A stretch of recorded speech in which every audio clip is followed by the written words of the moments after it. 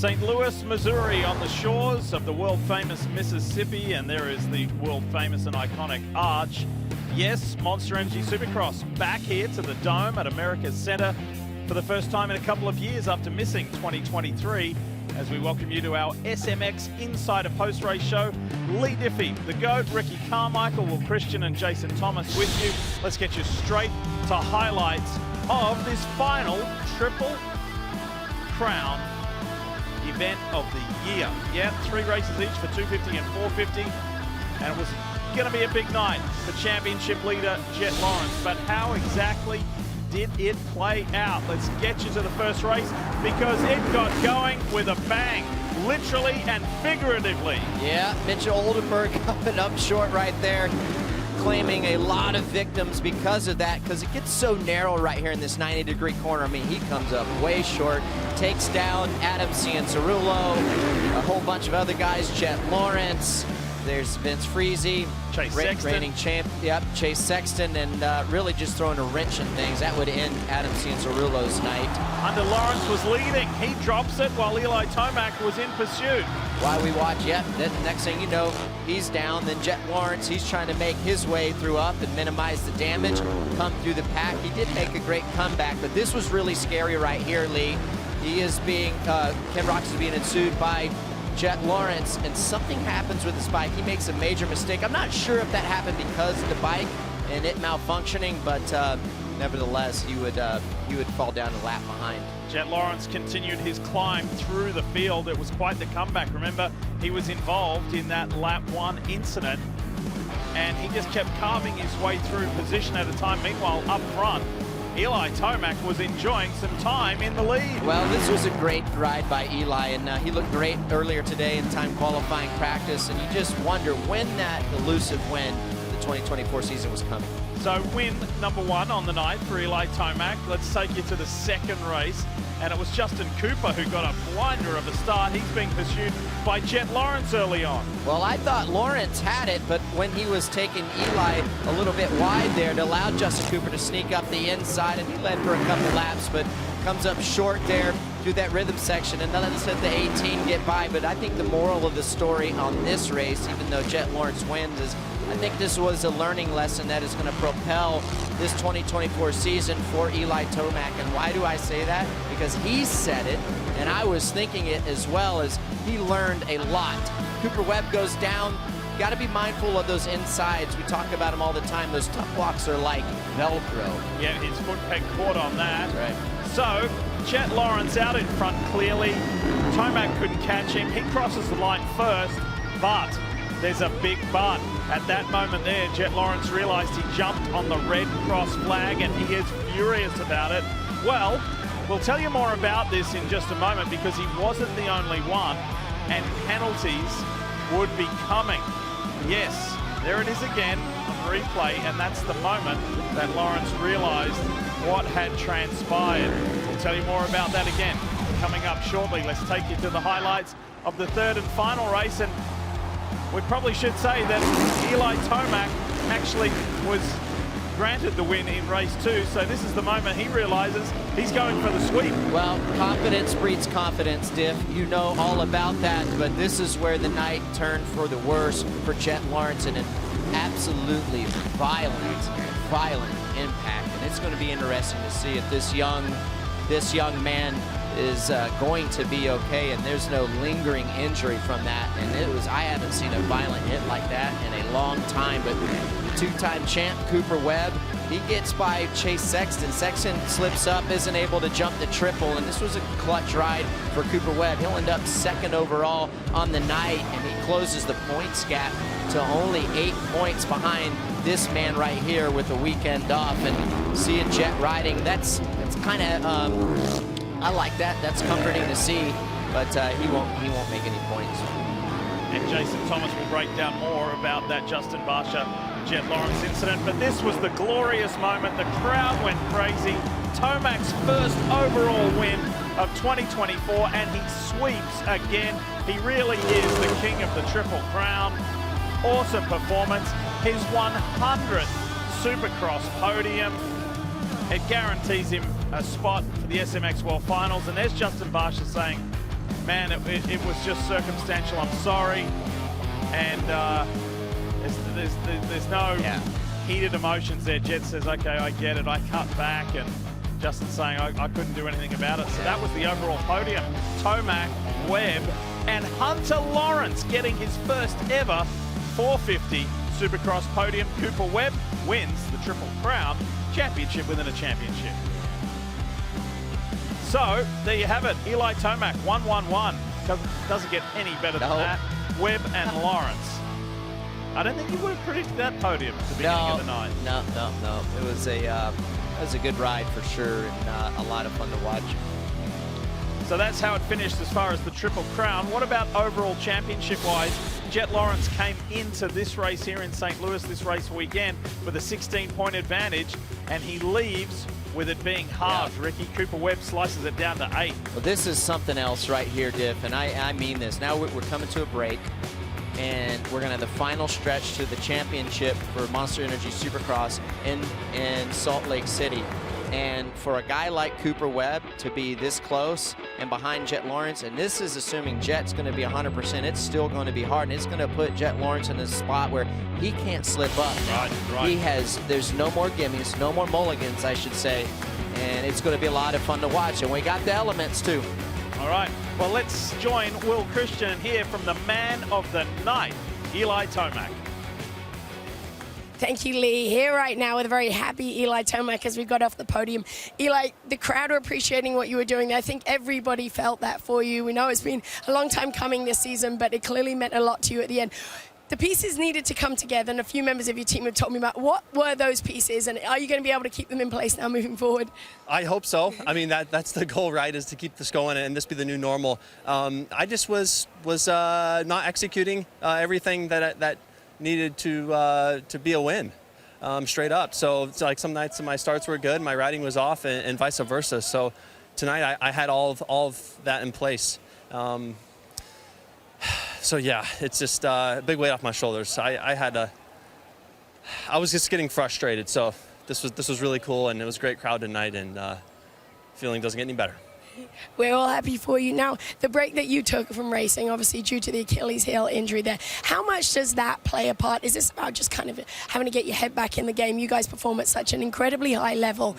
Getting yourself in that place that you're so familiar with, is that half the problem? I mean, maybe. But another thing is the level, like, always gets raised. And so, yeah, coming back from injury, you know, the bar is always being raised. A lot of times you feel great preseason and you think you're at that level, but once you go racing, you know, maybe you're a little bit off. So either way, we've been able to get to this point and now get a win. So happy for the team. An impressive win it was too. Thanks so much, Eli. Happy for you, and we'll see you in Foxborough. Thank you. Thanks. The clean sweep for Eli Tomac. By the way, let's get back to that penalty situation with the Red Cross flag. This is how we covered it on the broadcast, and we also heard from the AMA's Mike Pelletier. We have a story for you that involves that man there, championship leader, Jet Lawrence. He was about to win race 2, and right there sees the Red Cross flag. Vince Freezy is down in between those two jumps, and he says, oh no, I can't believe it. I jumped on the Red Cross flag. He's mad. So we're going to bring in the director of AMA Pro Racing, Mike Pelletier. Mike, he is not the only one, we believe, that is going to be penalized. Tell us more and tell us why. Yeah, he's not, guys. We had a serious situation from the white flag lap all the way to the checkered. 5 riders upon review jumped that Red Cross flag between the white flag and the checkered, and Jet, as you saw, on the checkered flag. So in a Triple Crown race, it's a 2-position penalty per offense. So they've all received 2 positions. Jason Anderson has received a 4-position penalty because he did it on the white flag lap and the checkered. So again, just reviewing that, it's Chase Sexton loses 2 positions, Cooper Webb loses 2 positions, Jet Lawrence loses 2 positions. There, Aaron Plessinger loses 2 positions, Jason Anderson 4 positions. Correct. Is that correct, Mike? That is correct. There you go. Thank you. We had it right there. Thank you, Mike. So as you know, with Triple Crown competition, there's always a lot going on. It is a really busy night. And in the wake of tonight, people are going to be talking about that. They're going to be talking about the Jet Lawrence, Justin Barsha thing. They're going to be talking about everything. Adam Cianciarulo, there's just so much that went on. However, there are all other stories. Yep. The main story was Eli Tomac is back. Yeah, that was a big moment for Eli Tomac tonight. I really, truly believe that. And I go back to not only how well he rode in the first race, but that second race. And if you listen closely to his podium finish, or his podium interview, he talks about what he learned. And we talked about it when I was giving my analysis during the race. I'm like, guys like Eli Tomac, they have the ability to make the mid-race adjustments and see where these guys are gaining on them. So like, okay, I need to be a little bit faster on my corners, or I need to drive through the faces of the jumps a little bit faster, wherever it might be. Or I need my bike to do this a little bit better in a certain area to be able to handle that pace. And I think it was a really good learning moment for Eli. He was probably pretty comfortable on the bike, I'm guessing, to be able to hold that pace and hold it close enough to see where Jet was much better. And I think we're going to see a lot more of Eli Tomac contending for wins now. And to that point, he said that was like Eli of old. Yeah, so look out.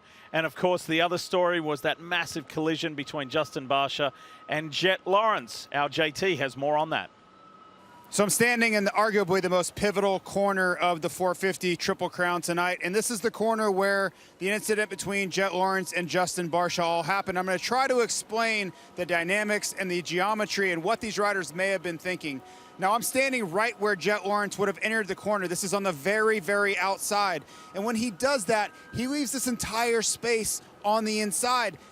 And in a Triple Crown on the first lap, riders are all piled together. That is a very precarious position to be in. Now, as Jet was working through the corner, he decided that he was going to draw a very tight angle and cut down. The problem is all of those riders that I previously mentioned coming up the inside are unaware of that, and they're going to be driving hard to make a later apex. So when Jet turns here, he's almost facing directly into oncoming traffic, and that's where Justin Barsha was headed.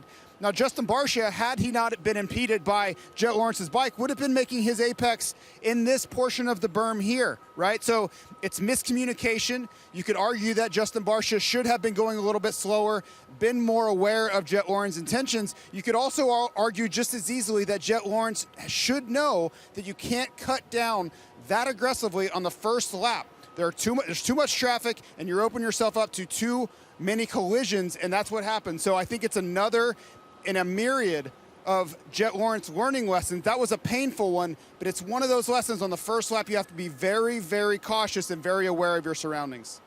Awesome report, yeah. JT. And Ricky, we won't belabor the point, but you've learned some information as well since this happened. Yeah, I have, and we saw after the race, Jet Lawrence and Justin Barsha having a conversation. Justin Barsha obviously explaining his side, and he was, and I told you this after the races, he was trying to block Vince Friese. He wasn't expecting to do that. He said that that's what he was trying to do, and he didn't mean to do that, and he feels sick to his stomach of what happened. And what JT said, he's exactly right. And looking, like when we look over our TV monitors and we look at that corner from here, you can really see the perspective. That's what I mean, you could say he's shaking his head. I mean, Jet looks like he's not overly upset. I mean, and I don't...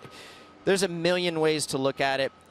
One thing I might say might be wrong to some person, and it might be right to another person. But what I do know, I don't think it was intentional. At the end of the day, you have to be mindful of turning down too early. And going back to what I was saying about looking over these monitors and looking at that corner, it's very wide entering. I mean, you can swing way out wide. So when that happens, you can turn down early, and you're almost going backwards on the track. That angle that JT was talking about. Well, if Justin isn't looking ahead and he's worried about the guy in front of him trying to guard on Vince Friese, he's worried about that. Maybe he should have been looking further ahead. Of course, I mean, we could sit here and debate it all day long. So it's a racing incident. I think they both can learn from it. I think a lot of people are going to learn from it, and they might even change. Maybe it's something to look at where they change that inside marker to move it more to the right so these guys can't have such a wide entry to the corner. So it's a bummer for both guys. It's going to be a hot topic, and a lot of us are going to be breaking it down more and more. What you say we shift gears and go to 250s? Yeah, well, We're exhausted after that. So much happened with 450s. But let's go to the 250 highlights, show you what went down. It was pretty straightforward, and on the same topic, the same thread, the same theme, if you want, as what went down in the 450s. There was one dominant rider, and it was this guy here, Levi Kitchen. I mean, it goes back to, I still segueing from last week in Seattle, Diff. I mean, he's just another guy. He's in his own zip code, if you will, for this class, this Western region. I really thought that RJ would have a better chance at contesting, because RJ was fast in qualifying practice. He set the fastest time, but just, you know, he got bad starts, and what you're seeing right now is a lot of the same. Not really any battles for the lead. A little bit here earlier, Juju Bumare early on with this rookie, but once Levi Kitchen gets by, it's all over from this point on. Just an incredible pass. Well, a big compliment to Julian Beaumare. Kitchen said, I had to work hard to get the kid. Yeah. He's only 17. There's a lot more to come from Juju Beaumare. There's a lot more to come from Joe Shimoda, too. He had a good night. I think this is the best ride of the season that Joe Shimoda has had. And the reason that I say that, his starts were consistent. He never crashed, and he got on the podium. So these are the type of rides that we have expected from Joe. Maybe a little bit of that, and why it's taken so long for him to get there, is because he's on that new machine, learning these bikes and learning how it works in certain situations. So I think it's just taken a little bit longer than what we thought. But great ride all night long by Joe Shimoda. And like I said, if you didn't like this, you're not going to like the next two races that you're going to see. Because it was green, green, green. Yes, Levi Kitchen, a very comfortable win. Not by the same huge margin that he had in Seattle, but of course shorter race distances. Had to work hard for it at the start again, but once he got that Monster Energy Pro Circuit Kawasaki out in front, it was see you later. However, in this one, there was a bit more of a chase. Yeah, you talk about how certain dynamics of the race can change the outcome of what happens. And Ryder Di Francisco, if he hadn't come over jumped that double in that rhythm section, I think he stays in the lead. And then you got Jordan Smith right behind Levi Kitchen, and then that's going to, like, then we got a battle on our hands. Yeah. But he comes up short. Kitchen gets by for the lead, and then he has that gap, that buffer in between himself and Jordan Smith. That was RJ Hampshire chasing Joe Shimoda. Yeah, Shimoda was again in the top three, but it was the same winner. Well done, the chef. He was cooking some sweet things tonight in St. Louis, that's for sure. He was cooking with bacon grease, is what he was cooking with, and I always love watching RJ. He's going to send it. He's going to give it 110%. You can see it in his riding, but just comes up short, and those starts really hurt him those first two races. Talking of starts, there you go again. Shimoda and Kitchen out of the gates for the third and final race in the Triple Crown. Great. Yeah, it was a great ride by RJ here and Kitchen. What I liked about Kitchen in this race was he got pressure from RJ. RJ was on him, and you know, he responded. He kept his poise. He didn't override. He let the race come to him. RJ caught up, and he got held up by some lappers, but he kept chipping away, pulled back the gap, and like a true veteran, this guy he's class of the field right now. And joins fellow Kawasaki rider Austin Faulkner as the only other to sweep the 250 Triple Crown here in St. Louis. That's pretty good. Jordan Smith and Joe Shimoda on the overall podium as well, celebrating a really productive night. I want to see what that does for Shimoda's confidence. Here's the reflection here. It's a straight win-win-win for Levi Kitchen. For Joe Shimoda, second overall. That's huge. Yeah, again, fabulous night. This is the best race for Joe Shimoda of the season for him. Consistent starts, no tip overs, so he's got a lot to look forward to going into Nashville in a few weeks. Yep, so there's a little bit of a break, and it looks good for Levi Kitchen. As Ricky said, heading to that next one. Look at that. 15 is the margin between Levi Kitchen and RJ Hampshire, then Jordan Smith hanging on, but the rounds running out. There's just 3 left in the 250 West Championship, and one of those 3 rounds is an East-West showdown. So that's going to be fun. We've got a nice weekend off next weekend. Yeah. And then it's on to Gillette Stadium, Foxborough, Massachusetts. What are you looking forward to? Well, we're going back to the East Coast for Yep. the 250, so that's going to be a lot of fun to watch, see how that plays out. And then I just think about the 450 class, and I feel like it is truly a reset. We're getting down to this is the final stretch before we get to Salt Lake City, and it's going to be interesting. I mean, we haven't heard anything of what's the diagnosis with Jet Lawrence. Is he okay? Yeah, he got back and rode, but it wasn't like he was doing sprint laps, so hopefully he's all right. This injury comes at, I don't even know if he's injured, but this comes at a good time, so he'll have some time. Yep. He'll have that break, so that'll be helpful. But it is so hard to win these races, and now if he has a small little hiccup or a bruise or he's nursing an injury, it's going to make it that much harder against guys, against a two-time champ, Cooper Webb. It's going to be tough for Eli, but I think Eli is going to, I think we're going to see him up here for the wins a lot more, and then Chase Sexton as well. But it's almost like a reset, especially for Cooper Webb. Well, let's have a look at the track. This is what's coming up in a couple of weeks Yep. at the next round in Foxborough, Massachusetts. Thanks to Yamaha, as always, for providing the track map. This is what we've got for you. Yeah, you got to work with me, people, because this is the first time I'm seeing it. And this is going to be an outdoor stadium, as most of you guys know. Let's hope that the weather gods are working with us. But yeah, great racetrack right here. I love the back and forths and the 180 corners, and the reason that I like that is because it gives passing opportunities. You can make runs on guys, and maybe, you know, what we've learned today, how they put those little kickers on the inside corners is forcing guys to the outside. Maybe we can continue to do this. Now, those whoops right there are probably going to change because we're only doing 9 whoops from here on out for safety reasons, what the data has shown all of us. And a new track design. Now, the sand section always creating chaos for sure, so we'll see how that works. Now, as I say that, I'm assuming it's going to be dry. But if Mother Nature comes in, you never know. All right, here you go. RC, you're part of this. There we go. Hugely successful Title 24 with the man beside me and Ryan Villapoto. Don't forget Bubba's World with our James Stewart. And then, of course, Thursday's SMX Insider with the Jasons. That's Wygan and Thomas, and the king of the calculator, Clinton Fowler, our stats guru. He has always got the insight and very cool things to look out for, and the analysis, the debrief on the round before. Here's how you can watch in a couple of weeks from Foxborough in Massachusetts, always on Peacock. That's Race Day Live and the round. There'll be an encore performance on CNBC, and of course, wherever you're watching from, you can check in on the SuperMotocross video pass. So on behalf of the entire team, it was great to be back in the Show Me State here in St. Louis, Missouri, and a clean sweep in both classes. Levi Kitchen and the king of the Triple Crown, Eli Tomac. There were some big moments, there were some big crashes, but big success, and the legend is back in the winner's circle.